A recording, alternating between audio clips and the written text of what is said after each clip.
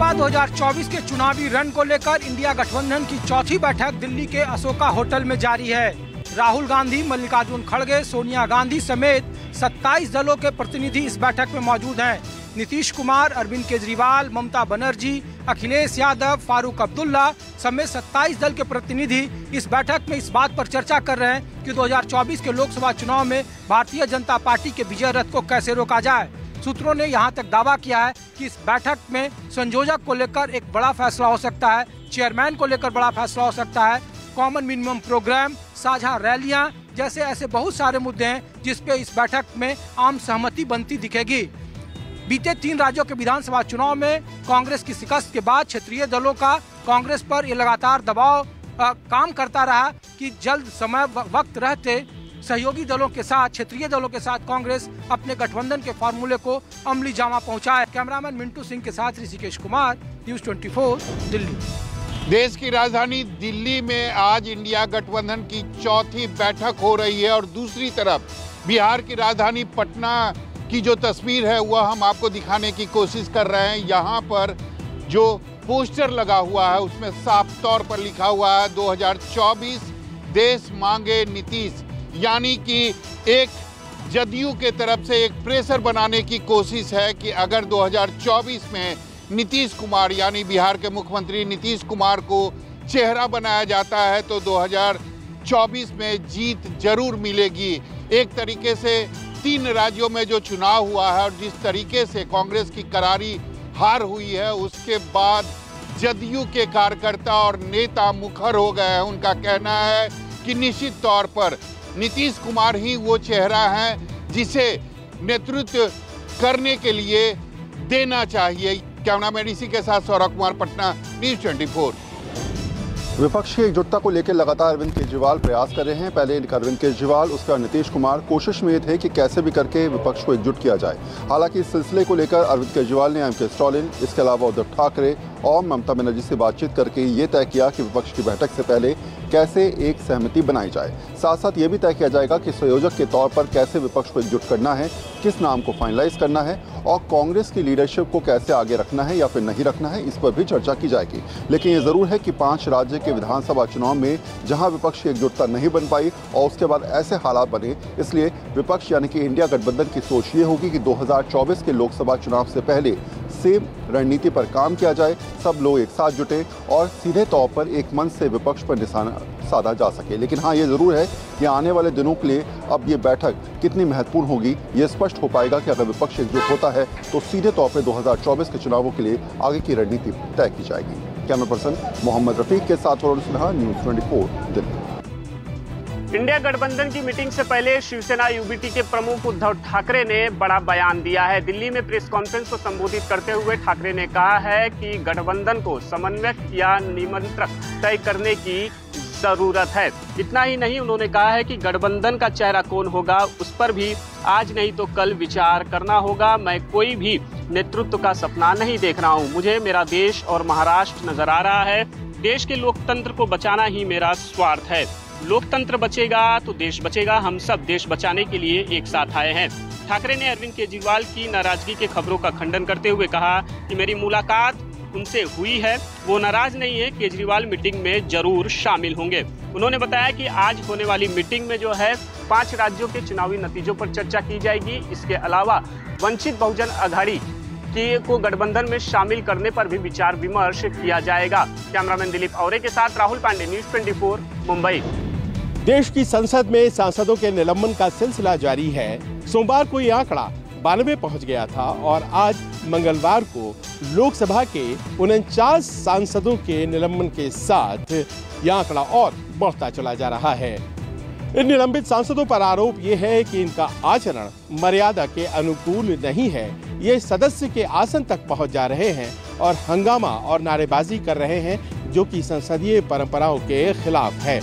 ये सब कुछ ऐसे वक्त हो रहा है जब दिल्ली में इंडिया गठबंधन की चौथी बैठक हो रही है और हाल के घटनाक्रम की वजह से जो दुराव इंडिया गठबंधन के घटक दलों में आया था वो संसद में इस प्रकरण के बाद कहीं दूर जाता दिखाई पड़ रहा है और एकता का सूत्र जो है वो संसद के निलंबन की कार्रवाई करता दिखाई पड़ रहा है। कैमरामैन अविनाश के साथ संजीव त्रिवेदी, न्यूज़ 24 दिल्ली। संसद में महात्मा गांधी प्रतिमा के सामने निलंबित सांसदों ने धरना दिया, प्रोटेस्ट किया। निलंबित सांसदों का कहना था, गृह मंत्री का जब तक जवाब नहीं आता है तब तक वो प्रोटेस्ट करते रहेंगे। इस बीच टीएमसी सांसद कल्याण बनर्जी ने राज्यसभा के सभापति जगदीप धनखड़ की मिमिक्री की।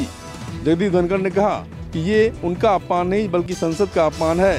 संसद की सुरक्षा में चूक को लेकर विपक्ष की मांग है कि गृह मंत्री अमित शाह दोनों सदन में आकर इस पर बयान दें, उसके बाद इस मामले पर चर्चा की जाए।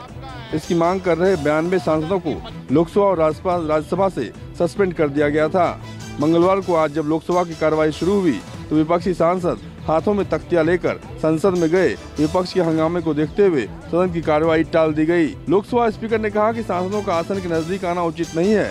उन्होंने सांसदों से अपील की सदन की मर्यादा को बनाए रखें। जब हंगामा नहीं रुका तो स्पीकर ने लोकसभा की कार्रवाई टाल दी। सदन में गृह मंत्री के बयान और सांसदों के निलंबन के खिलाफ विपक्षी सांसद संसद प्रतिमा में गांधी प्रतिमा के सामने प्रदर्शन कर रहे थे। इस प्रदर्शन में कांग्रेस नेता राहुल गांधी, मल्लिकार्जुन खड़गे, अधीर रंजन चौधरी, टीएमसी सांसद डेरेक ओब्रेन, सपा नेता रामगोपाल यादव समेत कई नेता शामिल हुए। रमन कुमार, दिल्ली, न्यूज़ 24।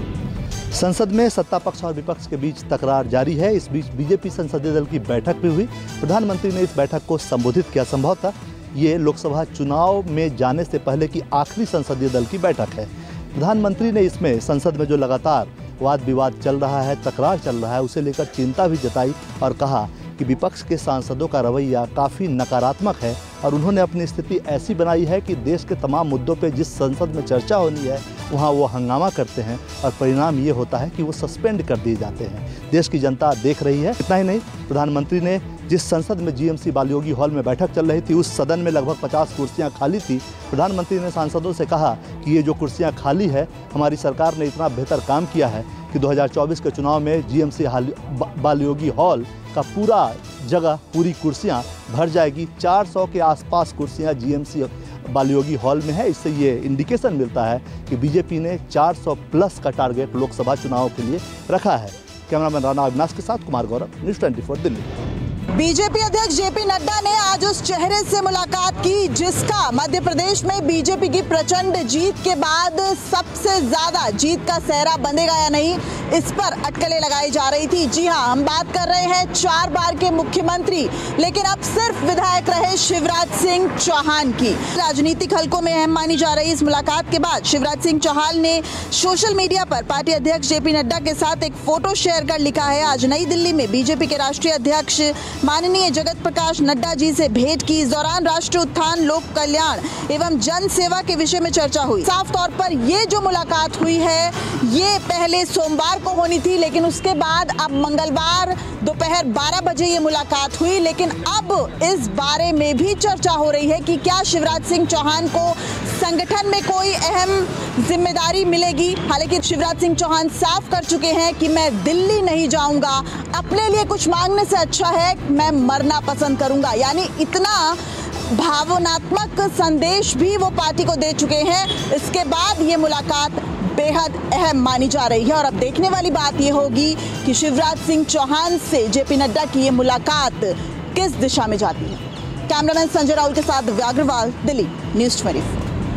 मध्य प्रदेश विधानसभा में सदन के अंदर स्पीकर की आसंदी के ठीक पीछे लगने वाली पंडित जवाहरलाल नेहरू की तस्वीर हटने पर विवाद खड़ा हो चुका है।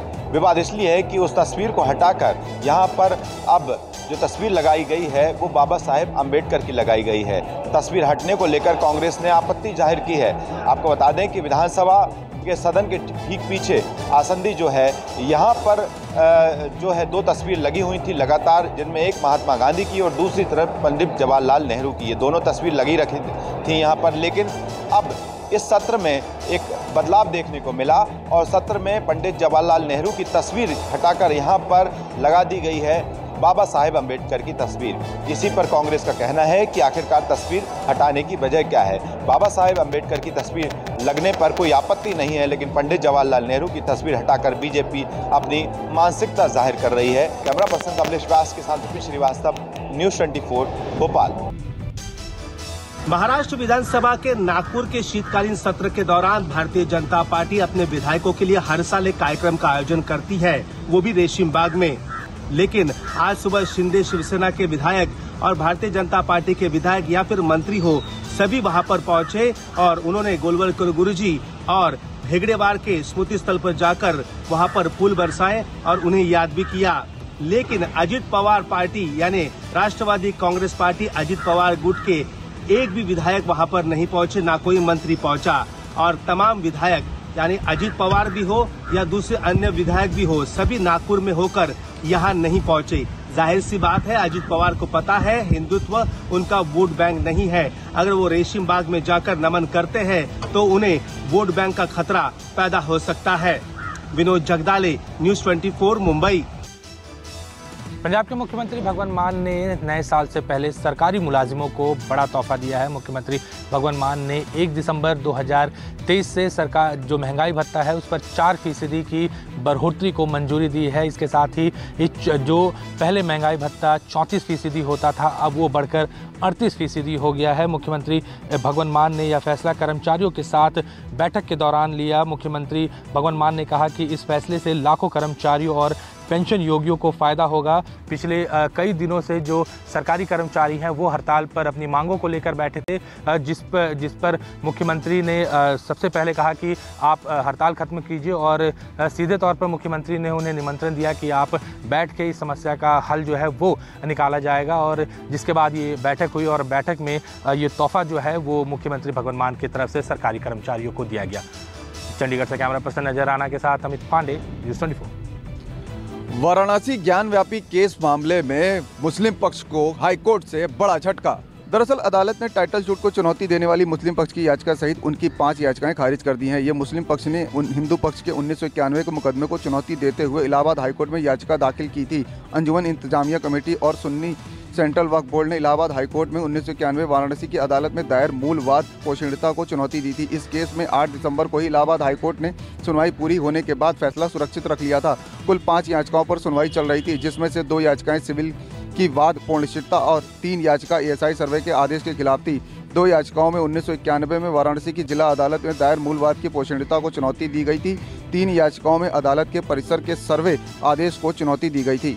यही नहीं, इलाहाबाद हाईकोर्ट ने सुनवाई के दौरान जिला अदालत को निर्देशित किया कि 6 माह के भीतर निर्णय लें।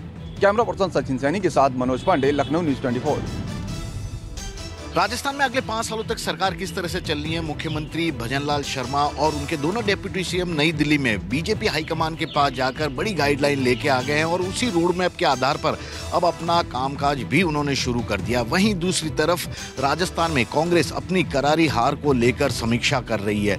दरअसल कांग्रेस ने अपनी गारंटियों और योजनाओं के आधार पर इस बार सरकार रिपीट का वादा किया था, लेकिन पार्टी की हार हुई। इस पर जब समीक्षा हुई तो किसी नेता को इसके लिए अब तक जिम्मेदार नहीं बताया गया, लेकिन पार्टी की तरफ से साफ कर दिया गया कि नेताओं ने एकजुट होकर सभी जगह पर पूरी शक्ति के साथ प्रचार नहीं किया। फिलहाल तो यही देखना कि कांग्रेस आलाकमान के पास इस पूरी समीक्षा रिपोर्ट को भेज दिया गया और कांग्रेस आलाकमान अब इसके आधार पर किस तरह का फीडबैक लेते हुए अपना फैसला देता है।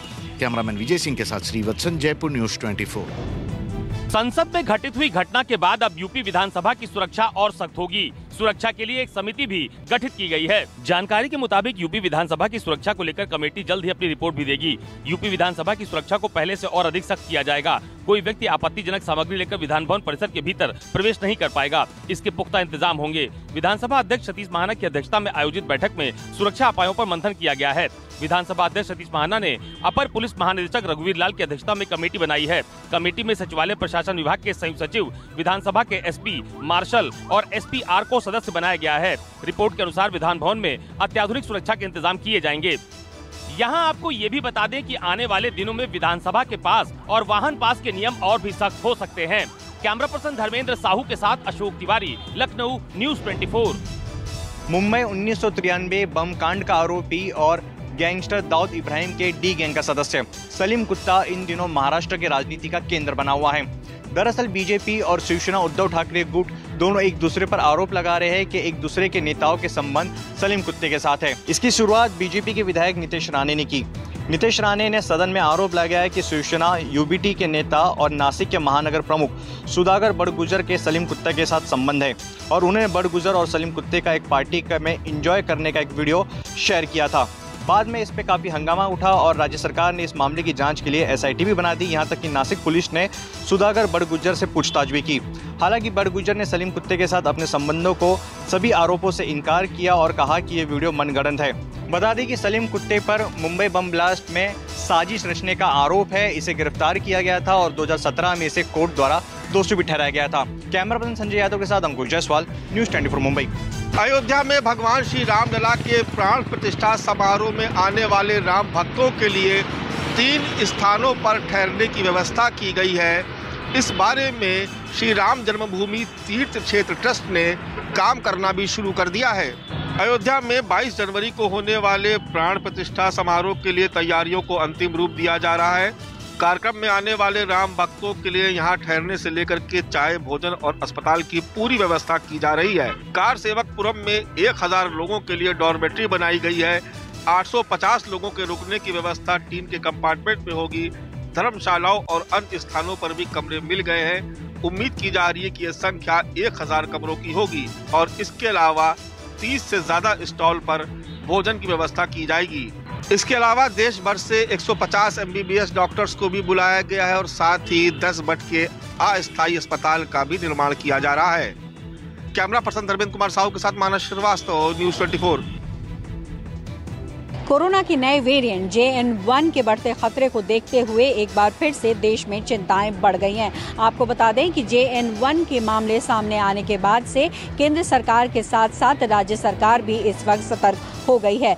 राज्य सरकार ने तो कई कदम उठाए हैं, साथ ही साथ केंद्र सरकार ने भी एक एडवाइजरी जारी कर दी है और उस एडवाइजरी के मुताबिक तमाम राज्य सरकारों को ये कहा गया है कि RT-PCR की टेस्टिंग को बढ़ाया जाए, साथ ही साथ जीनोम सीक्वेंसिंग को भी बढ़ाया जाए ताकि ये पता लग सके कि JN1 का खतरा किस तरीके से बढ़ रहा है। आपको ये भी बताएं कि JN1 जो है ओमिक्रॉन का वेरिएंट है, जो कि अक्टूबर के महीने में ही WHO ने ये कहा था कि ये अमेरिका के शहर में देखा जा रहा है, उसके बाद चाइना में देखा गया और फिर से उसके बाद सिंगापुर में बड़ी तेजी से फैलता हुआ नजर आया, जिसमें ये कहा जा रहा है कि 56,000 से ज्यादा मरीज वहां पर एडमिट हो चुके हैं, जिसकी संख्या लगातार बढ़ती जा रही है। कैमरा पर्सन मोहम्मद रफीक के साथ पल्लवी झा, दिल्ली, न्यूज़ 24।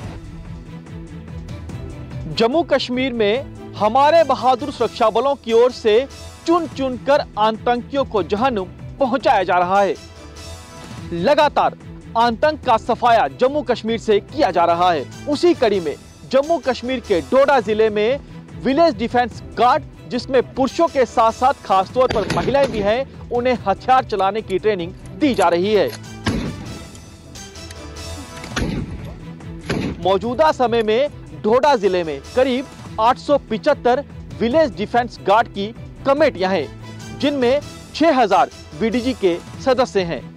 अब करीब 250 ऐसी महिलाएं हैं जिन्हें हथियार चलाने की ट्रेनिंग दी जा रही है। डोडा जिले के डोडा, भदरवा और गंदो में महिलाओं को, पुरुषों को हथियार चलाने की ट्रेनिंग दी जा रही है ताकि ये महिलाएं, ये पुरुष जरूरत पड़ने पर बन सके आतंक का काल। यानी अब ये महिलाएं, ये पुरुष पूरी तरह से तैयार हैं आतंकियों को जहन्नुम पहुंचाने के लिए। कैमरामैन पवन के साथ पंकज शर्मा, न्यूज़ 24, डोडा। भारतीय वायुसेना का अस्त्र शक्ति 2023। जी हां, भारतीय वायुसेना दुनिया को अपना दमखम दिखा रही है। आपको बता दें कि भारत अत्याधुनिक हथियार बना रहा है। देश की स्वदेशी ताकत अपने घातक हथियार से दुश्मन को चौंका भी रही है। शक्ति 2023 अभ्यास में DRDO द्वारा निर्मित भारत के सतह से हवा में मार करने वाले आकाश वेपर सिस्टम ने सिंगल फायरिंग यूनिट के साथ 4 मानव रहित टारगेट को उड़ा दिया। एयरफोर्स ने अशक्ति 2023 में अपना दमखम दिखाया। भारत ऐसा पहला देश बन गया है जिसने ऐसी क्षमता हासिल की है जिसे सिंगल फायरिंग यूनिट के जरिए उस रेंज पर कमांड गाइडेंस के जरिए 4 लक्ष्यों को नेस्तनाबूद कर दिया। आपको बता दें अशुद्ध शक्ति 2023 भारतीय वायुसेना इसलिए कर रही है कि 4 देशों के बीच युद्ध चल रहा है, यानी रूस और यूक्रेन, हमास और इजराइल के बीच। और इन युद्ध को देखते हुए भारत भी अपने भविष्य के युद्ध को देखते हुए पूरी तरह से अभ्यास कर रहा है, क्योंकि ज्यादातर आर्टिलरी और एयरफोर्स का ही इस्तेमाल युद्ध में किया जा रहा है, इसलिए वो अपना दमखम दिखा रही है। कैमरा पर्सन दीपक शर्मा के साथ पवन मिश्रा, न्यूज़ 24, दिल्ली।